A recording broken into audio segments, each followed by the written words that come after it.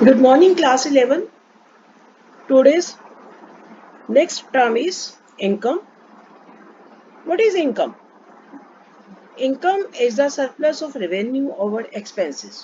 ये जितना रेवेन्यूज आया यानी जो भी हमारा बिजनेस है जिससे सेल से जो पैसा आया, रेवेन्यू को हम सेल भी कह देते हैं. Revenue is also known as sale. ये रेवेन्यू को हम सेल भी बोल देते हैं. जितने एक्सपेंसेस हैं यानी सेल से जो पैसा आया और जितने एक्सपेंस हुए, इन दोनों के डिफरेंस को क्या बोल देते हैं? इनकम. ठीक है. It is a profit earn during the period. किसी भी एक पीरियड में जो प्रॉफिट अर्न होता है उसे इनकम भी कहा जाता है. For example, suppose goods costing 50,000 की गुड्स थी, सोल्ड फॉर 70,000. कितने में सेल की? 70 में. In this case the amount receive from sale of goods of rupees 70,000, यानी जो 70,000 जो सेल है, सेल को क्या बोलेंगे? रेवेन्यू. जो कॉस्ट जो उसका खर्चा आया amounting to rupees 1,50,000 is an expense, उसे क्या बोलेंगे? एक्सपेंस. और इन दोनों के डिफरेंस को क्या बोलेंगे? इनकम.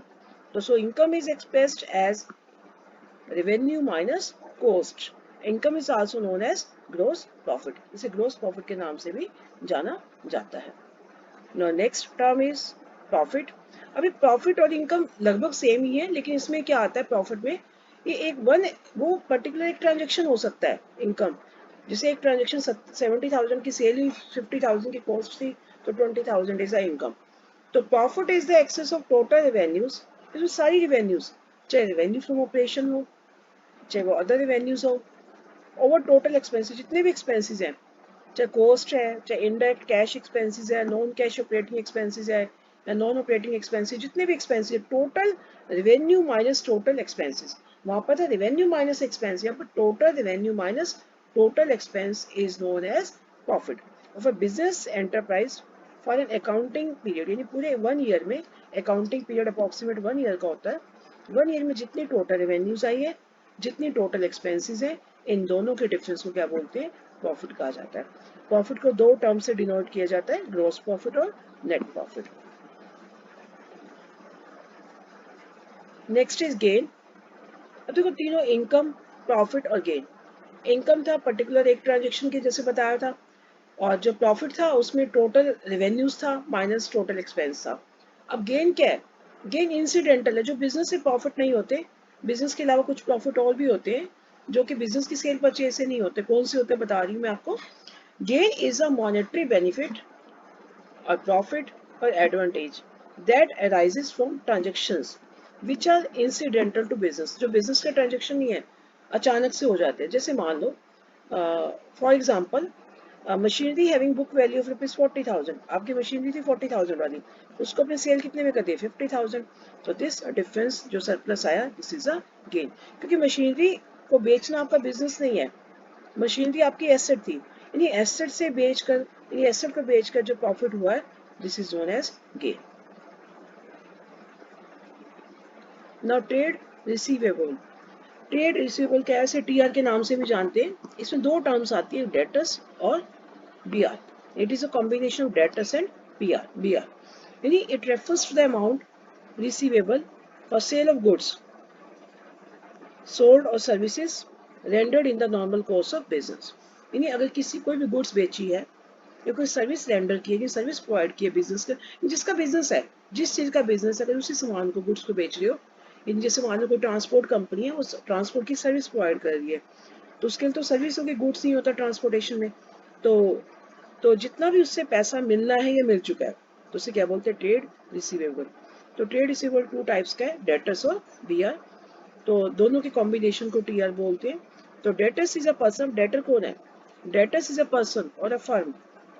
एक पर्सन भी हो सकता है, फर्म भी हो सकती है. To whom goods have been sold. जिसको गुड्स बेची है या सर्विसेज रेंडर की है, कुछ भी हो सकता है, गुड्स भी हो सकता है, सर्विस भी हो सकता है, ऑन क्रेडिट. ये जिसको उधार में सामान बेचा है या उधार में सर्विस दी है, and payment has not been received. अभी पेमेंट नहीं मिली, अभी पेमेंट हमने उससे लेनी है.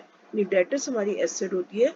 जब हम किसी को कोई गुड्स या सर्विस उधार में देते हैं, उसके बदले में अभी हमें पैसा लेना है, तो the amount due is known as debt. उसे डेट बोलते हैं जो पैसा लेना है. It is shown on the asset side of the balance sheet. तो उस पर्सन को क्या बोला जाता है? ये फर्म को क्या बोला जाता है? डेटर्स. और बीआर क्या है? बीआर मीन्स, इसका एब्रीविएशन बीआर बोल देते हैं. जैसे मान लो ए पर्सन है,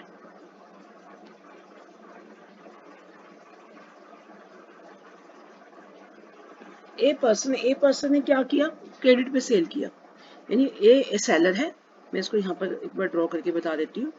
ए इज द सेलर, उसने क्रेडिट सेल की, किसको सेल की, बी को। ठीक है, अब क्रेडिट में सेल की तो इसका मतलब क्या, उधार, क्रेडिट मीन्स उधार वाली सेल की है इसने, तो इट मीन्स इससे भी पैसा लेना। अब बी से पैसा लेना, तो अब बी ने भी पैसा नहीं दिया तो उसके पास, सेलर के पास एक प्रूफ तो होगा ना कि उन्हें बी से पैसा लेना है। तो सेलर क्या करेगा, एक बिल लिखेगा, बिल लिखेगा, ड्रॉज अ बिल जिसको बोलते हैं, राइट्स अ बिल। तो बिल किसको देगा, बायर को दे देगा, बी इज द बायर। तो बायर क्या करेगा, उस बिल को एक्सेप्ट करेगा, ठीक है मैं इस डेट को आपको पेमेंट दे दूंगा, एक्सेप्ट द बिल। और बिल रिटर्न किसको कर देगा, फिर वो सेलर को कर देगा, रिटर्न इट टू सेलर। तो यानी इसका मतलब है कि जो बिल था वो एक बिल था जो लिखा गया था, यानी इसने पैसा लेना है, सेलर ने, सेलर के लिए बिल बन गया बी आर, बिल्स रिसीवेबल, उसे लेना है। और बायर के लिए बिल, सेम बिल उसने पे करना है, उसके लिए बन गया बिल्स पेबल। यानी बायर के लिए बन गई वो लाइबिलिटी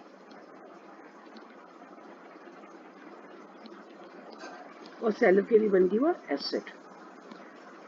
तो इस बिल को भी किसमें जो इंक्लूड किया जाता है, टीआर में। तो सेलर का एक दूसरा नेम भी है, ड्रॉअर भी बोल देते हैं इसको अकाउंट्स की लैंग्वेज में, इसको ड्रॉ ही बोल देते हैं। तो सेम एग्जांपल मैंने यहाँ एक्सप्लेन किया है। तो बियर यानी bills of exchange is drawn by the seller, seller means drawer, on the buyer, draw के ऊपर, in which the seller directs the buyer to pay the specified amount at a specific future date.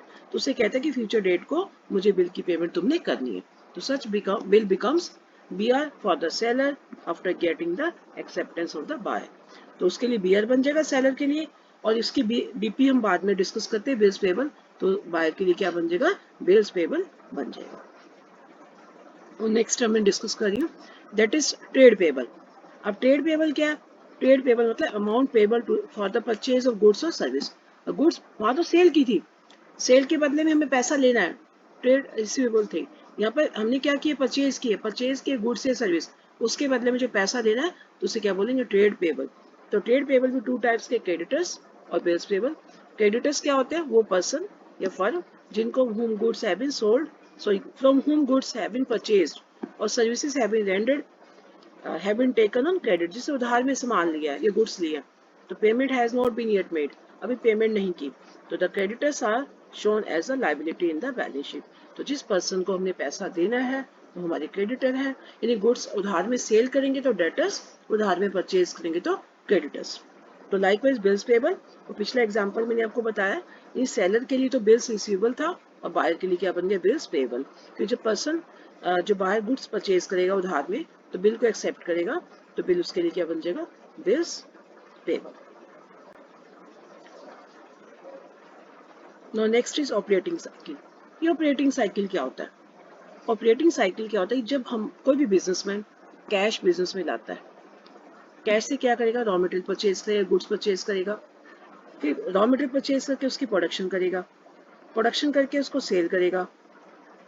अब cell उधार में भी हो सकती है, फिर जब तक गुड्स कलेक्ट नहीं हो जाती, मतलब कस्टमर से जो जब तक कैश कलेक्ट नहीं हो जाता, यानी कैश को कैश में कन्वर्ट करने तक की प्रोसेस को क्या बोलते हैं, ऑपरेटिंग साइकिल। यानी बिजनेस में कैश डाला था, उसके फिर रॉ मटेरियल परचेज किया, रॉ मटेरियल से प्रोडक्शन की, फिर गुड्स को बेचा, फिर क्या किया हमने, कस्टमर से पैसा कलेक्ट किया। तो this is known as operating cycle. Today you have to write all these terms in your notebook. Thank you and have a nice day.